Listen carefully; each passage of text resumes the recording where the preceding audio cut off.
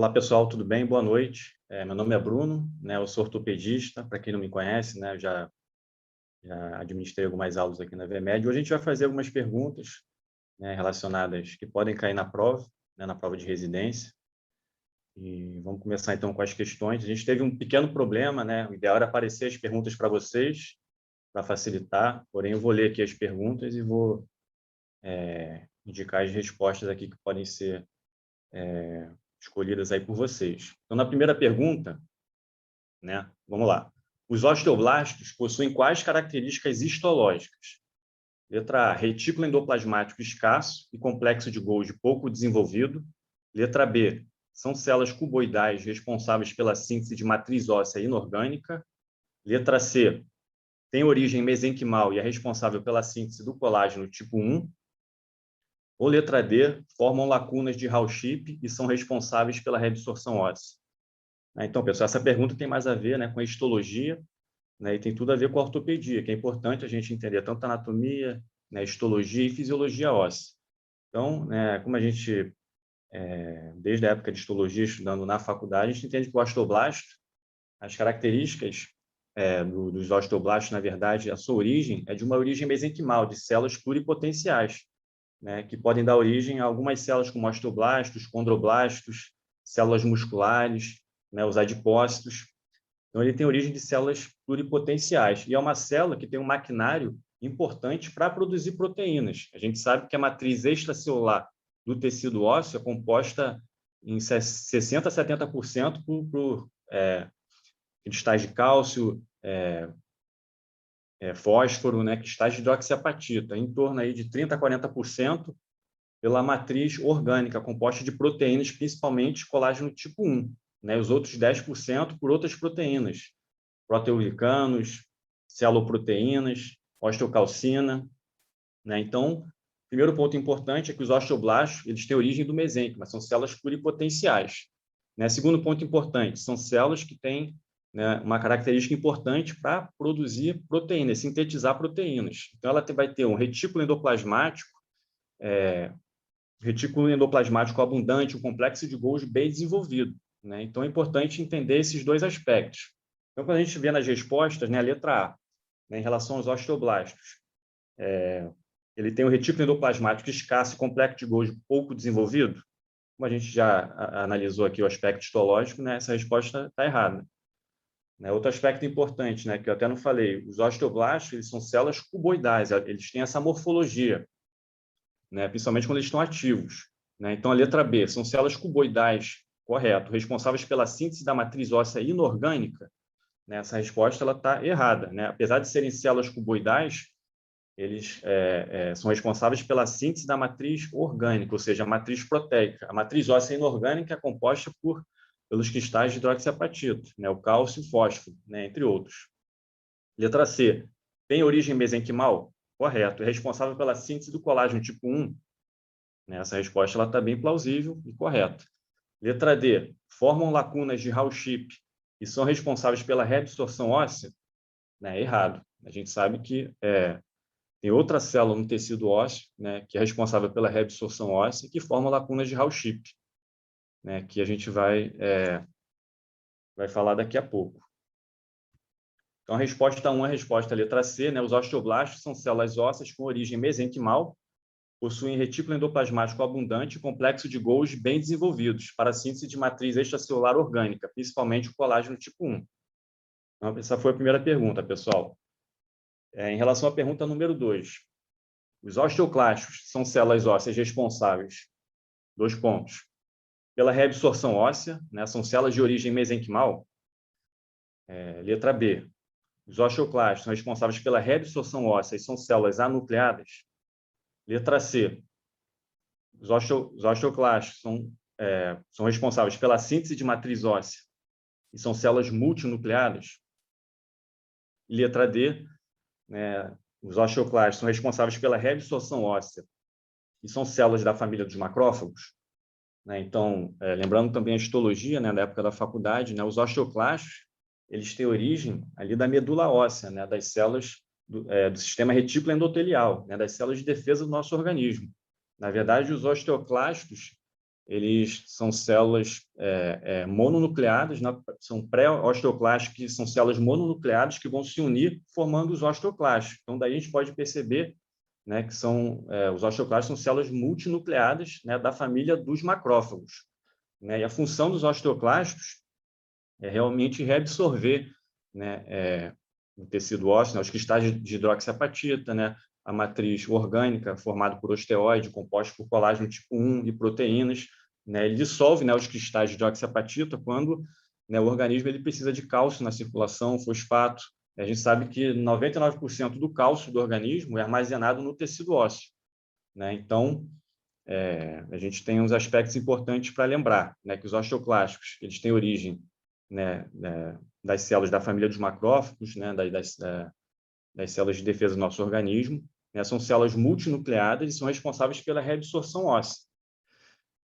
São células que sofrem influência aí de citocinas, de alguns hormônios importantes, né, como a calcitonina, que é liberada pelas células parafoliculares na tireoide, possui uma função secundária na regulação do metabolismo ósseo. Outros hormônios, como o estrogênio, né, que impede aí o processo de reabsorção óssea, né, levando também, impedindo aí a apoptose dos osteoclastos. Por isso, o estrogênio é importante, né, no período antes da menopausa, impedindo aí que a mulher ela tenha uma perda de massa óssea importante aí ano a ano. Depois que ela entra na menopausa, né, pela insuficiência ovariana, pela deficiência de estrogênio, né, a mulher acaba perdendo aí todo ano uma porcentagem significativa de massa óssea. Então, vamos para as questões. Existem outros hormônios, o paratormônio, que age de forma indireta nos osteoclastos, né? O paratormônio ele tem receptor PTH1 nos osteoblastos, né? E a partir daí vão liberar, né, o RANKL, que vai se ligar ao RANK, né, acoplado ali nos osteoblastos, e vai iniciar a reabsorção óssea. Então, vamos para as questões. Letra A, né, os osteoclastos são células ósseas responsáveis pela reabsorção óssea? Correto. São células de origem mesenquimal? Não. A gente sabe que de origem mesenquimal são os osteoblastos. Letra B, os osteoclastos são células responsáveis pela reabsorção óssea? Correto. São células anucleadas? Não. São células multinucleadas. Então, letra B é incorreto.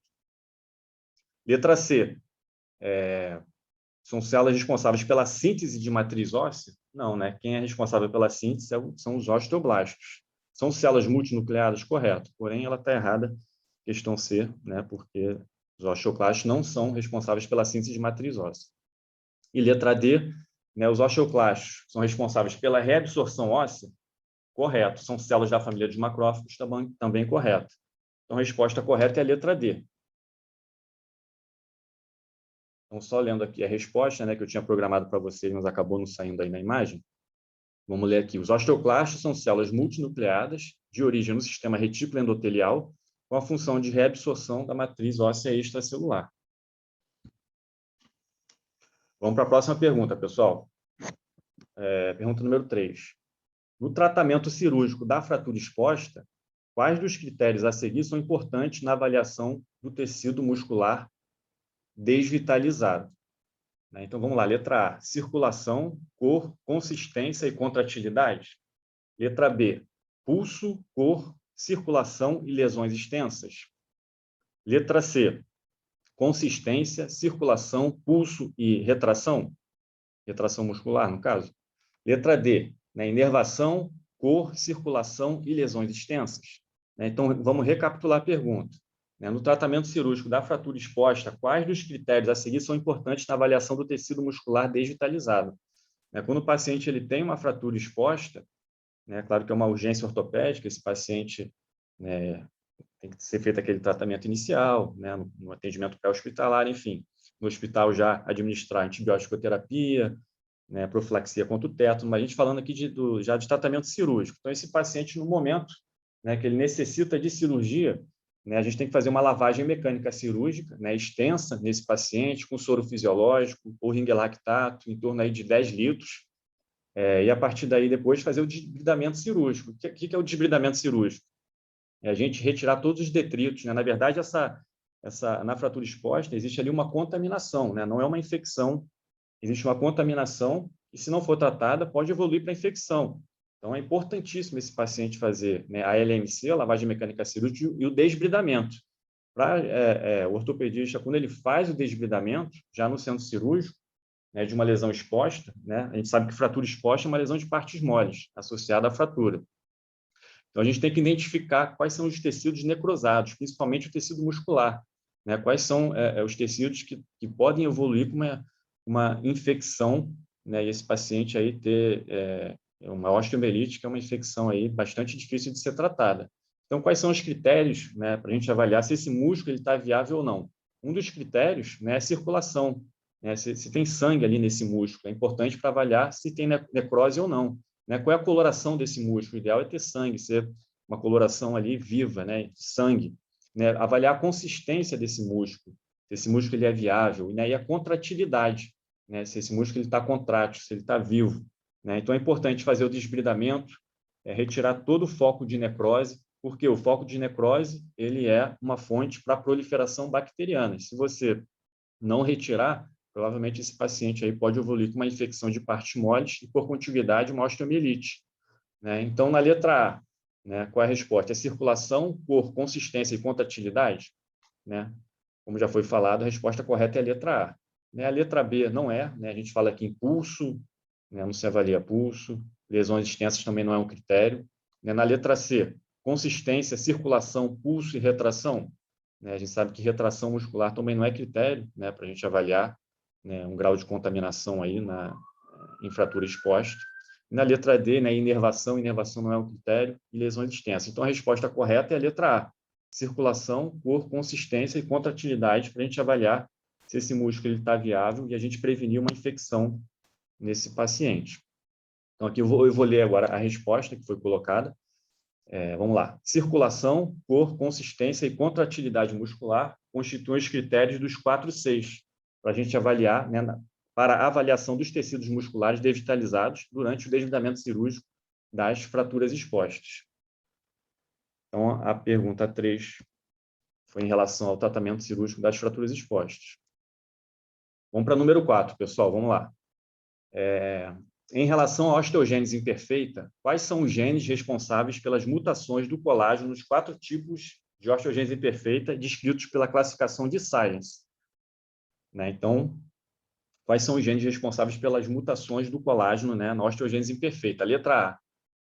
Esses genes são o gene RANKI 1 e 2. Letra B, FRAX 2 e 3. Letra C, é o gene COL1A1 e COL1A2. Ou letra D, né, são os genes COL1A3 e COL1A4. Né, pessoal? Então, primeiro é importante a gente entender o que é a osteogênese imperfeita, né, conhecida como a doença do vidro. Na verdade, ocorre aí uma mutação, né, dos genes que sintetizam o colágeno. Então, esse indivíduo ele tem uma alteração, né, da morfologia do colágeno. Ele é um colágeno que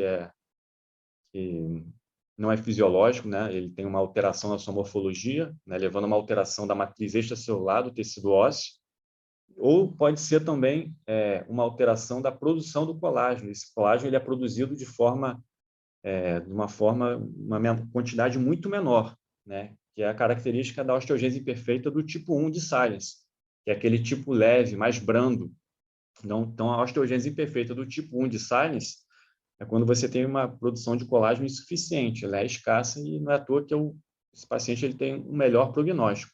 Então, na verdade, a osteogênese imperfeita é uma doença hereditária, né? Uma doença hereditária, né? Onde existe uma mutação dos genes localizados no braço longo do cromossomo 17,7, né? Que na verdade são os genes COL1A1 e COL1A2, né? É importante decorar isso. Né? E esses genes eles codificam, né, as cadeias alfa-1 e alfa-2 do procolágeno tipo 1. Ou seja, quando você tem uma mutação desse gene, você produz um colágeno imperfeito. E a gente sabe que o colágeno ele confere, né, maleabilidade, né, flexibilidade, entre aspas, ao tecido ósseo. Né? E os cristais de deoxiapatita conferem rigidez, firmeza. Então, quando esse paciente tem uma deficiência, uma má formação desse colágeno, ele fica mais suscetível à fratura. E por isso é denominada aí fratura, uma doença dos ossos de vidro. Então, a resposta correta é a letra C. São os genes COL1A1 e COL1A2. Né? Essa pergunta é decorável, mas ela é importante, que às vezes ela cai.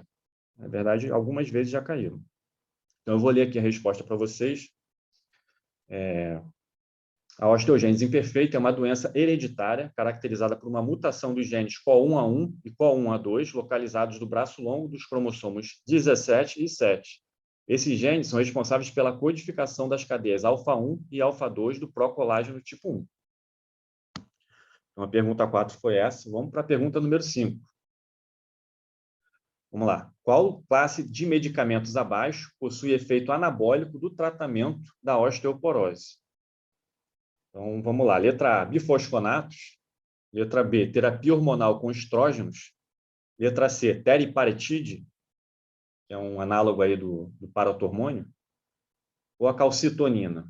Né? Então, essa pergunta ela tem a ver, né, com a osteoporose. Né? A gente sabe que a osteoporose, né, é uma doença sistêmica e metabólica ativa do tecido ósseo, uma doença silenciosa, caracterizada por uma perda da sua microarquitetura, né? E a sua principal característica é a fratura por traumas leves, né? Então, a gente sabe que na osteoporose ocorre um desequilíbrio, né, entre a síntese, né, de matriz óssea extracelular, né, e a reabsorção, né, e mecanismos hormonais, vários mecanismos estão relacionados a isso.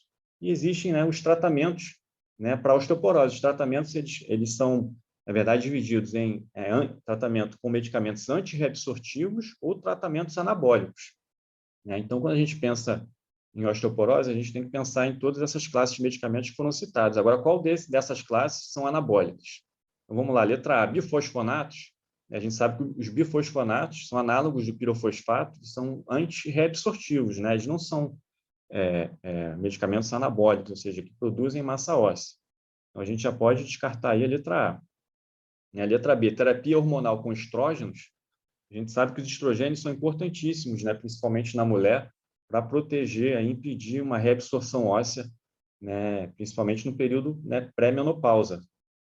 Os estrógenos eles impedem aí a apoptose, né, dos osteoclastos, né, e de alguma forma aí previne, principalmente na mulher, quando na pós-menopausa, quando ela está em insuficiência ovariana e deixa de produzir o estrógeno, né, ela acaba perdendo em torno aí de 5% de massa óssea ao ano, né? Então, a gente pode ver também que é uma terapia hormonal que é indicada principalmente em pacientes, em mulheres na pós-menopausa, que tenham sintomas, né, relacionados à pós-menopausa, né, que não tenham históricos aí de câncer, né, câncer de útero, câncer de mama, né, e que tenham aí um quadro aí de osteopenia grave ou osteoporose. Nesse caso, a gente pode indicar terapia hormonal, porém, ela não é um tratamento anabólico.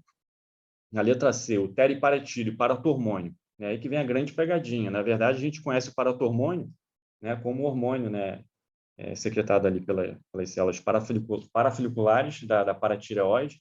É um hormônio que estimula indiretamente os osteoclastos à reabsorção óssea. Na verdade, ele tem seus receptores, né, o PTH1, nos osteoblastos, que vão liberar, né, o RANKL, né, que vão se ligar ao receptor RANK, localizados ali nos osteoclastos, e iniciar aí o processo de reabsorção óssea.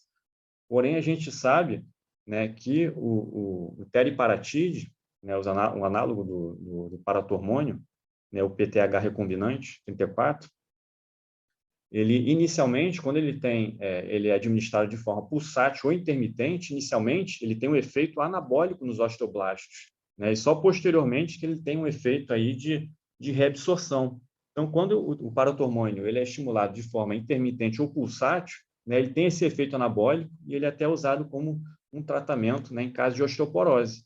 No caso de osteoporose, né, em mulheres, né, num grau mais avançado, em homens e também pacientes que utilizam, né, ou melhor, que têm osteoporose, né, devido ao uso crônico de corticoides. A gente sabe que o uso de 3,5 miligramas de corticoide há mais de 3 meses, né, esse paciente aí vai desenvolver, né, um quadro de perda óssea muito grande de osteoporose. Então, a resposta correta seria o teriparatide. Mas vamos continuar. Letra D. A gente também tem a calcitonina, né, uma forma aí de medicamento que é pouco usado. A gente sabe que esse hormônio, né, secretado pela glândula tireoide, ele tem uma função secundária ali, uma função também antirreabsortiva nos osteoclastos. Porém, ele é um dos tipos de tratamento que podem ser preconizados no tratamento da osteoporose. Tá, pessoal? Então, a resposta é a letra C, teriparatide. Então, vamos ler. Vou ler para vocês agora a resposta. O estímulo intermitente do teriparatide sobre o osteoblasto proporciona um efeito anabólico, estimulando assim a produção de massa óssea e reduzindo fraturas vertebrais e não vertebrais. Vamos lá para outra pergunta, pessoal. Pergunta número 6. Vamos lá. As fibras musculares de contração lenta e metabolismo oxidativo aeróbico com presença abundante de mioglobinas são classificadas como... Uma pergunta relacionada à histologia também, né? Histologia muscular. Também pode cair na prova. Então, vamos lá. Letra A. Repetindo a pergunta, as fibras musculares de contração lenta e metabolismo oxidativo aeróbico com presença abundante de mioglobinas são classificadas como... Letra A, tipo 1. Letra B, tipo 2A. Letra C, tipo 2B. Ou letra D, tipo 1B. Então, na verdade, as fibras musculares elas são classificadas de acordo com o seu tipo de contração, né? A presença de mioglobinas, mitocôndrias, né? A sua coloração. Então, a gente sabe que as fibras musculares, né? Que têm um metabolismo oxidativo, aeróbico, que tem a sua coloração vermelha, que estão presentes aí em músculos, né? Posturais, com músculos da coluna, né? Elas são fibras do tipo 1, né? Elas têm abundante mioglobina, né? E mitocôndrias, né? Pois elas necessitam do metabolismo oxidativo, né? Para gerar ATP. Então, essas são as fibras musculares do tipo 1. Né? Existem as fibras musculares do tipo 2A, que são fibras intermediárias, né? Possuem uma coloração ali entre o branco e o vermelhado, uma coloração meio rosada. São fibras aí de contração, né? De forma intermediária, entre rápida e lenta. São fibras aí presentes aí, fibras musculares posturais presentes em membros, podem estar presentes nos membros inferiores, né?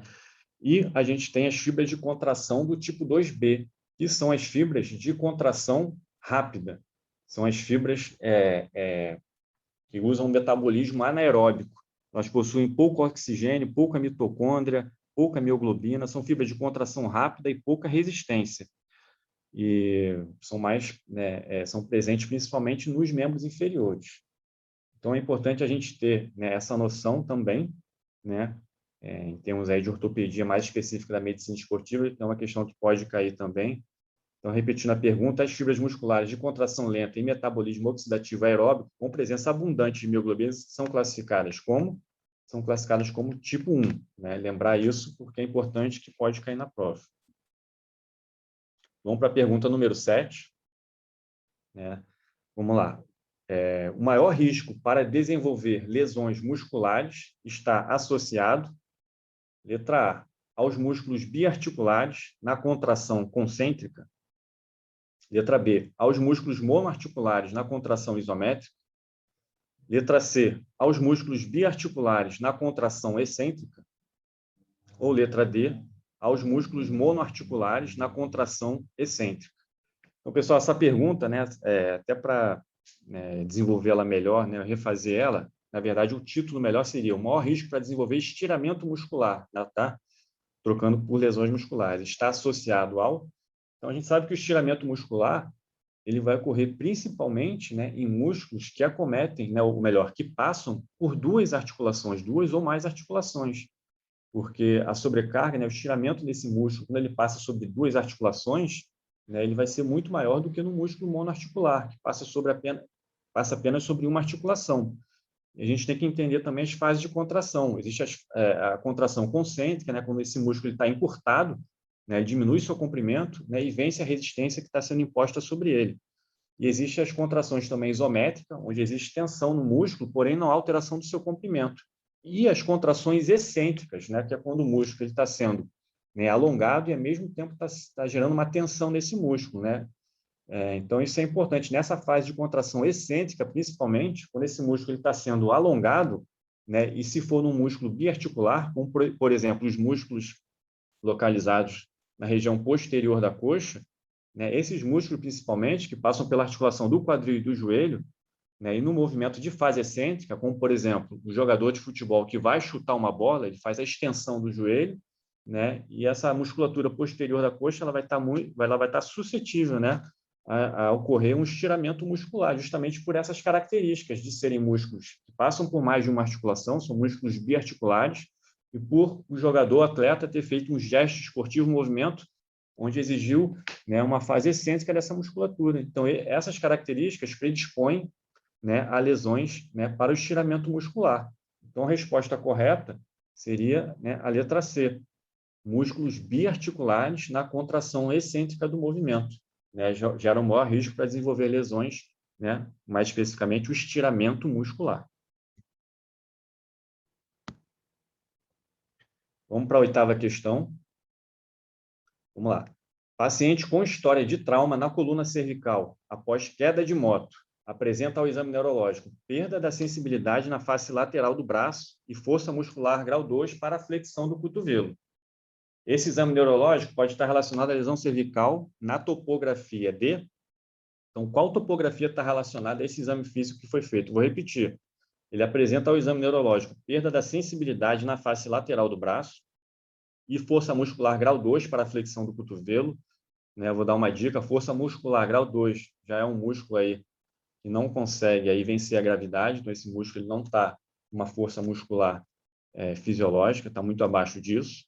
Né? Então, quais são as opções? Letra A, na topografia de C6, letra B, C7, letra C, C8, ou letra D, C5. Né? Então, né, quando esse paciente, né, ele tem, né, no exame físico, perda da sensibilidade na face lateral do braço, mais especificamente na região da inserção do músculo deltoide, uma força muscular grau 2 para a flexão do cotovelo. Né? Quem faz a flexão do cotovelo, né, um dos principais agonistas é o bíceps braquial. Né? Então, a gente já tem que pensar, né, que é uma lesão, né, na topografia de C5. A gente sabe que o reflexo também relacionado a essa topografia é o reflexo bicipital, que tem que ser avaliado também. Então, quando a gente pensa em lesão na topografia de C5, a gente tem que avaliar a sensibilidade na face lateral do braço, mais especificamente na inserção, né, do músculo deltoide. Né? Os músculos a serem avaliados é o bíceps braquial, o deltoide também pode ser avaliado. Né? O reflexo que vai ser avaliado é o reflexo bicipital. Né? Na topografia de C6, como tem na resposta, né, a gente vai avaliar, né, os músculos extensores do punho, né, a gente vai avaliar a sensibilidade ali na região lateral, né, do antebraço, mais especificamente na polpa digital do polegar, e o reflexo que vai ser avaliado vai ser o estilo radial. Né? Quando a gente pensa na topografia de C7, a gente vai avaliar, né, um músculo tríceps braquial, que é o agonista principal nessa topografia. A sensibilidade que a gente vai avaliar vai ser na polpa digital do terceiro, né, do terceiro dedo, terceiro quirodáctilo. E o reflexo que vai ser avaliado vai ser o reflexo tricipital também. É importante gravar, né, esse exame físico, porque pode cair na prova e para a vida também. Já no C8, né, a gente vai avaliar, né, a força muscular dos músculos que fazem a flexão da metacarpofalangiana, né, do terceiro dedo. A gente vai avaliar a sensibilidade ali da face medial do braço, mais especificamente na polpa digital do dedo mínimo, né? E nessa topografia você não tem o exame do reflexo, né? Ele é ausente. Então, a resposta correta, pessoal, é a letra D, tá? C5. Vou ler aqui para vocês a resposta. Lesões medulares na topografia de C5 estão relacionadas a alterações da sensibilidade na face lateral do braço, perda da força muscular do bíceps braquial e deltoide, além da alteração do reflexo bicipital.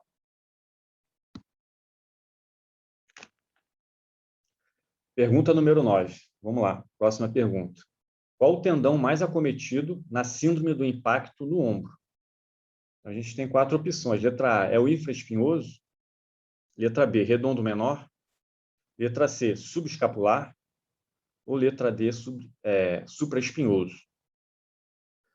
Então, pessoal, qual o tendão mais acometido na síndrome do impacto do ombro? Né? Síndrome do impacto do ombro, ela ocorre, né, principalmente, né, em jogadores em atletas, né, pode ocorrer em indivíduos também que não são atletas, claro, mas ela ocorre em mecanismo, a fisiopatologia, quando esse indivíduo ele acaba fazendo uma elevação, né, repetitiva do ombro, né, do braço, né, uma amplitude ali acima de 90 graus, onde o tubérculo maior, né, um acidente anatômico do húmero proximal, vai se chocar, né, com uma região do ombro denominada, né, né, o arco coracoacromial, né, o processo coracoide, o acrômio, né, e o seu ligamento. Vamos formar esse arco, onde na região inferior a essas estruturas vão estar presentes, né, o tendão do supraespinhoso e a bursa subacomial. A gente sabe que o tendão do supraespinhoso ele tem uma região hipovascular localizada a 1 centímetro ali da inserção do tubérculo maior, né, que é mais suscetível a um processo degenerativo e a uma ruptura, né? Então, a gente tem que entender que todos esses músculos citados eles podem estar envolvidos na síndrome do impacto, porém, o mais comum, o mais acometido, é o supraespinhoso, né, pela sua localização anatômica, por essa região aí de fragilidade que é mais suscetível à ruptura, ou um processo de degeneração. Então, a resposta correta é a letra D, supraespinhoso. Vou ler aqui para vocês a resposta. O tendão do músculo supraespinhoso possui uma região hipovascular localizada a 1 centímetro de sua inserção na tuberosidade maior do húmero. Essa região é denominada região crítica de Códima, né? Como já foi citado, e é denominada realmente região crítica de Códima, e está mais predisposta a sofrer degeneração e rupturas. Então, lembrar desse aspecto, pessoal, o tendão mais acometido é o supraespinhoso. Vamos agora aqui iniciar alguns casos clínicos, né? Vou começar pelo caso 1 agora. Um menino de 7 anos refere dor no joelho esquerdo e febre há 2 dias. Ao exame, edema difuso no joelho e não consegue apoiar o membro no solo. Ele relata dor à palpação na metáfise do fêmur distal sem derrame articular. Na radiografia, revela apenas edema de partes moles. O diagnóstico mais provável letra A, artrite séptica, letra B, osteomielite do fêmur distal, letra C, fratura do fêmur distal, ou letra D, celulite na região do joelho.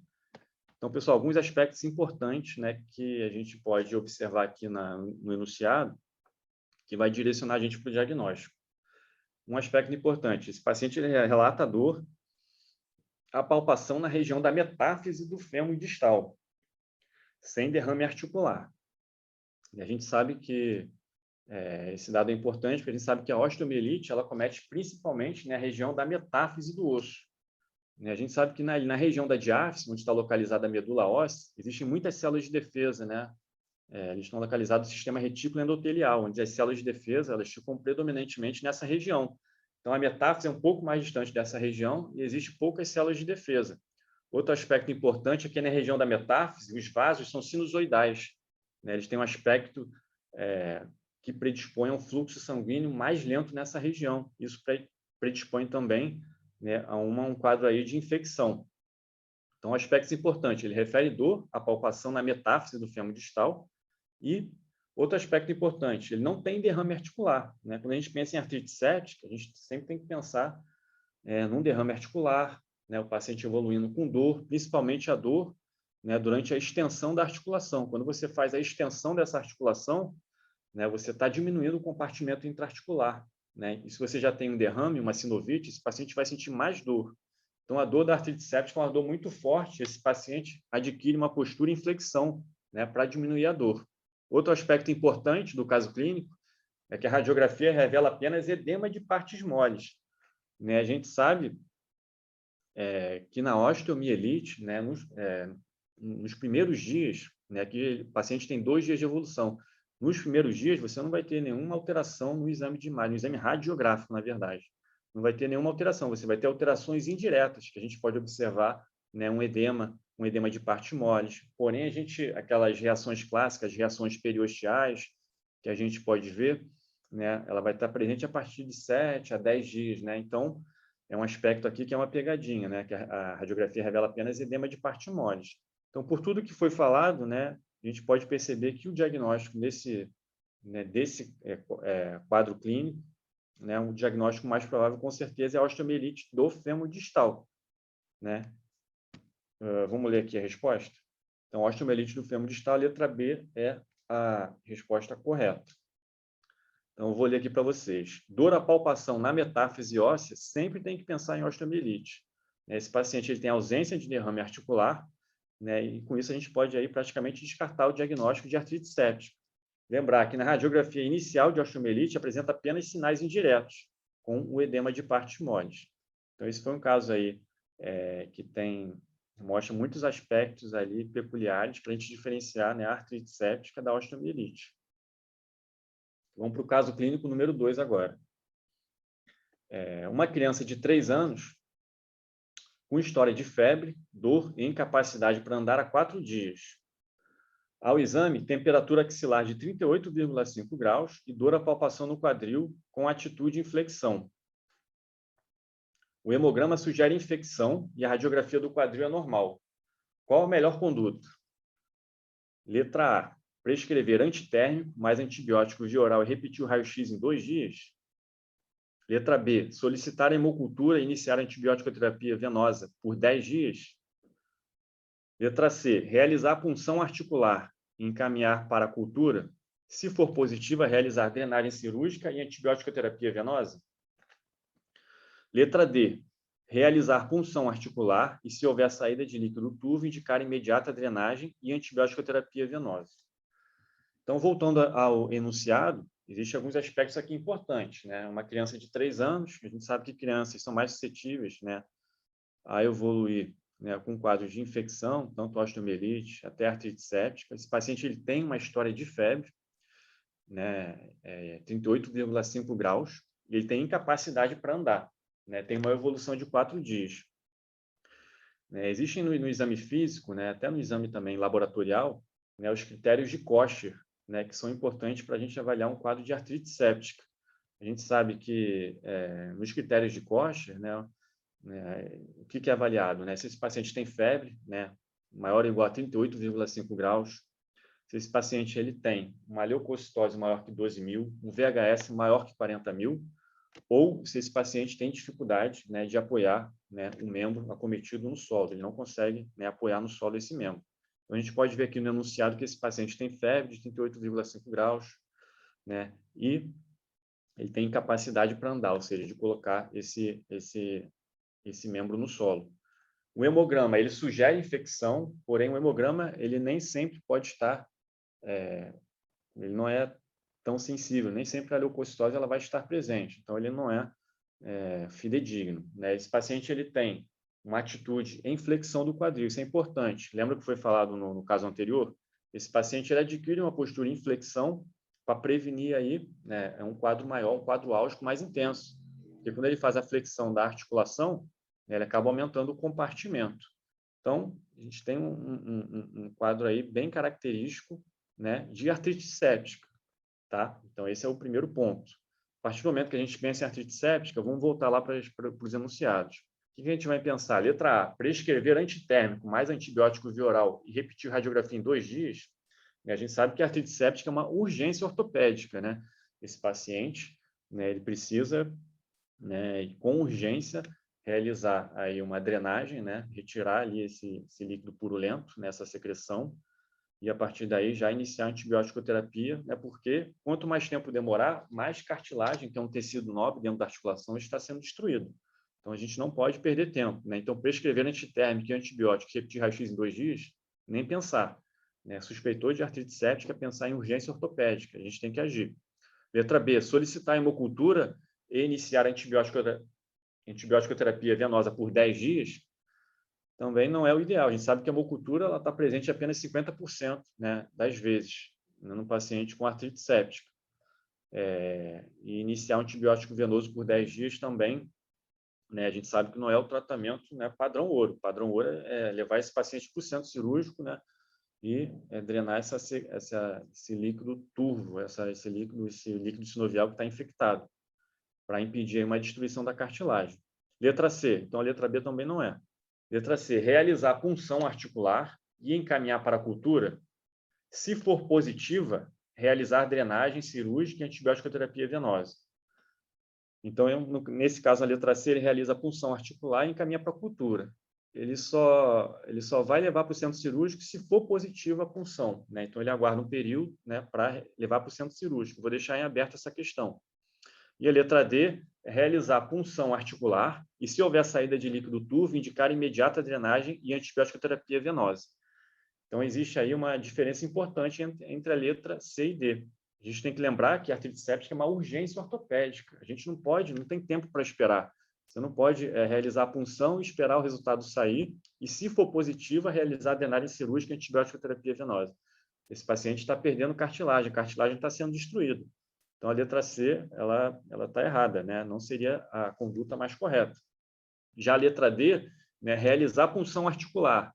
Se houver saída de líquido turvo, né, já é um indicativo, né, pelo quadro clínico do paciente, você aspira e sai um líquido turvo, a gente já tem que drenar, né, imediatamente essa articulação, né, e iniciar antibiótico terapia venosa.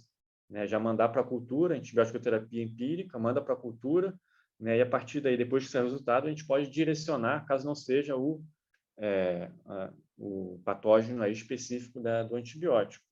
Pessoal, então tem que entender esses aspectos aí de artrite séptica e osteomielite, que é importante, que cai bastante nas provas, e as outras perguntas também, né, focar, estudar um pouco mais nessas questões para vocês terem um bom desempenho. Pessoal, qualquer dúvida que vocês tiverem aí também, vocês podem mandar pelo Instagram, tá bom? As perguntas, e estou aqui para ajudar. Qualquer dúvida aí é só falar, assistem às aulas, tá? É importante as aulas do curso também para direcionar nas perguntas, né? Que precisarem, a gente está aí para ajudar. Então, a gente vai finalizar aqui por hoje, pessoal. Desejo aí todos um bom final de semana e um grande abraço a todos aí e até a próxima.